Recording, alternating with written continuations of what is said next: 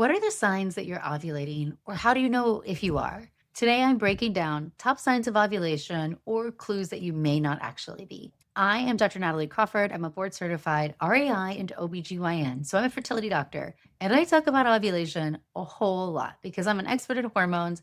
And my goal with this channel is for you to understand your body better, no matter what your goal is, whether you want to get pregnant, cycle sync, or just understand if your hormones are functioning normally. This episode is for you. So, welcome, friends. Please consider subscribing, sharing, liking, leaving a comment below so I can continue making content that is really going to help you the very best. Are you ovulating? How do you know? Too often, women are taught to just prevent ovulation or not pay attention to it. Your period is considered a nuisance, or we use contraception, which all can be fine. But then suddenly, when you start paying attention, you may not even know what to look for. So that's what we're going to start to break down today. First, I want you to think about what is ovulation so we can understand the hormones behind the symptoms. Every month, you have a group of eggs that comes out of the vault inside your ovary. I like to imagine all the eggs you're ever going to have kept in a vault. Every month, a group of them is sent outside. So one egg in one follicle. From these follicles, the brain is going to send out FSH, or follicle stimulating hormone. FSH is well named as it gets one follicle to grow. And as that follicle grows, the egg matures.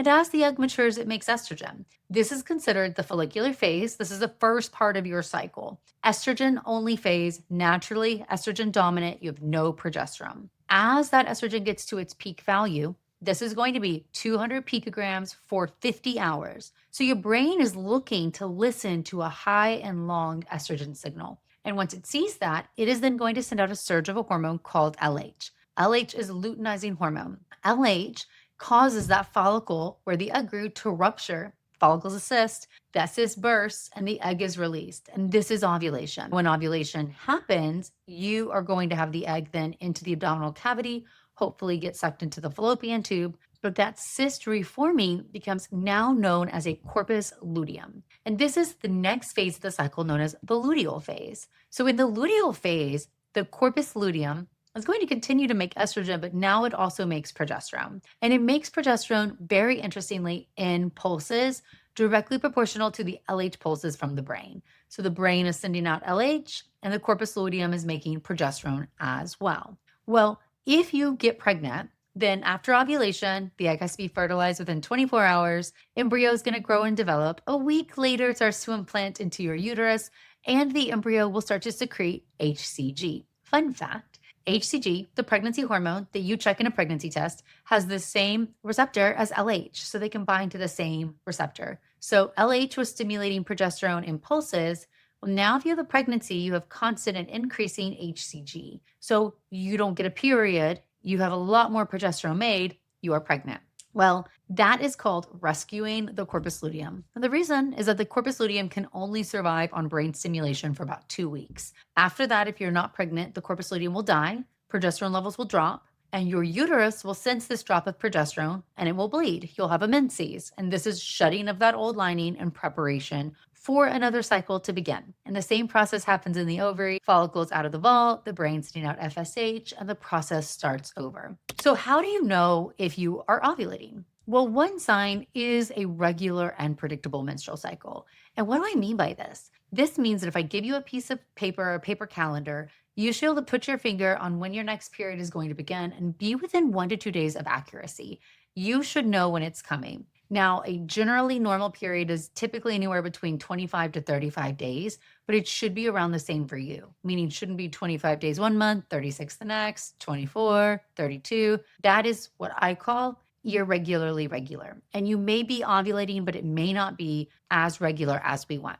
But beyond just a regular cycle, you know me and I like data. So I like to leverage your body's physical signs, symptoms, and clues to really tell you that you're ovulating. So one of these is going to be cervical mucus. So cervical mucus lives inside the cervix, and normally it is a protective barrier so nothing can get into the uterus. Remember that the cervix is the opening to the uterus, sits at the top of the vagina. Well, when estrogen is really high, it changes the mucus because it wants to allow sperm to enter. And so we consider this egg white, sticky, stretchy cervical mucus. One key, if you start to pay attention to cervical mucus, is that you do need to wipe and look at the mucus when you go to the bathroom. Because if you're just urinating first, some of the cervical mucus will fall in the toilet and you'll miss that as a clue. In addition, if you're on any type of hormone contraception, you can't check cervical mucus because it is modified by the hormonal contraception. But any day with egg white cervical mucus is telling us that you have high estrogen levels, and we consider your ovulation day the last day of that type 4 cervical mucus.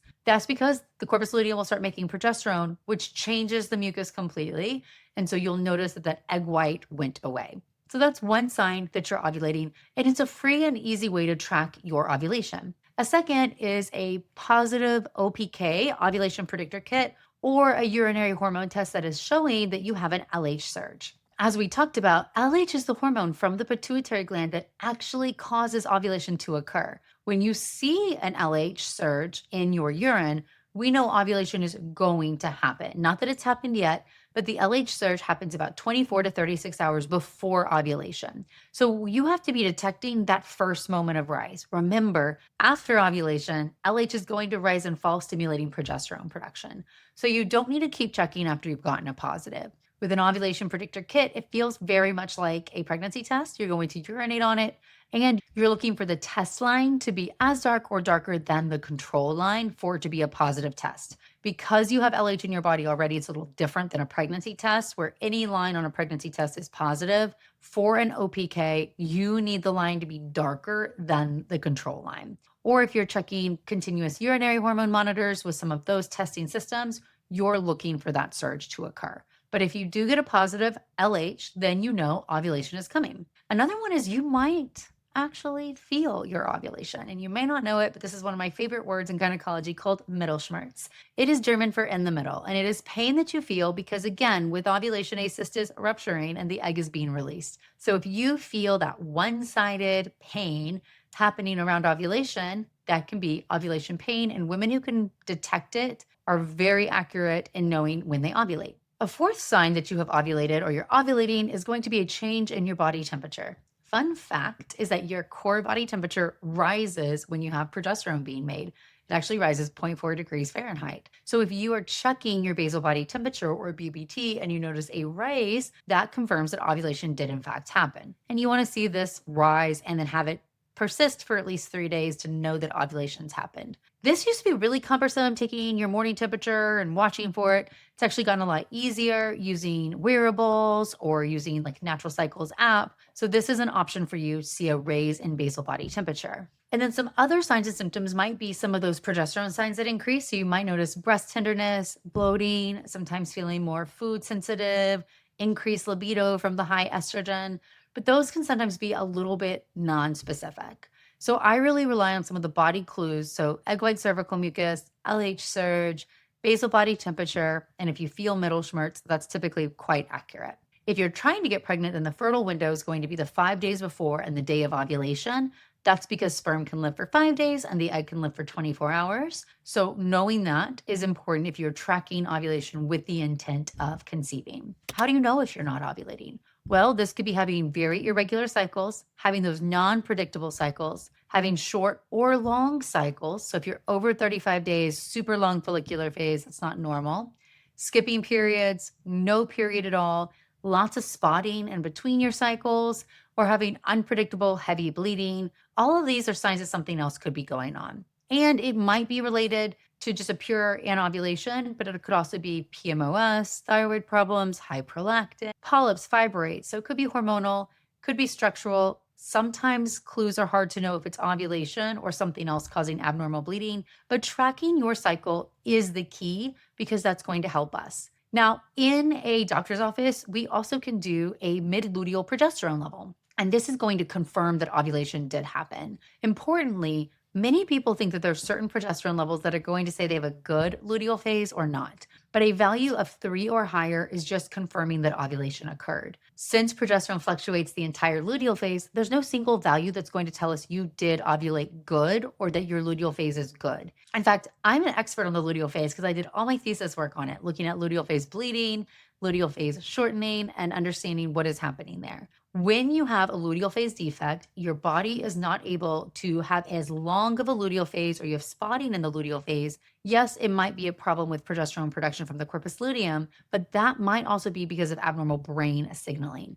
So we like to see that you do not have spotting in the luteal phase and that the luteal phase is at least 11 days in length. And if it's not, that can actually be a sign of an ovulation issue. But do not think that your progesterone level needs to be higher than 10 or 15 or 20 in the luteal phase. If it's higher than 3, it confirms that ovulation did happen. And the key there is mid luteal phase is 1 week after ovulation. So knowing when you ovulated and timing accordingly is really important. So progesterone confirms that ovulation already occurred. It doesn't predict it. And we can also use transvaginal ultrasound in combination with hormone testing to figure out what's going on if your cycles are irregular. Well, I hope this helped you understand a little bit more about your body and ovulation. If you're not ovulating or you're concerned, please go get an evaluation. Do not just wait longer. Ovulation is important for your body's health and obviously essential if you're trying to get pregnant. As always, you can get more information on the As a Woman podcast on Instagram at Natalie Crawford MD, or you can check out my book, The Fertility Formula. Thank you, friends.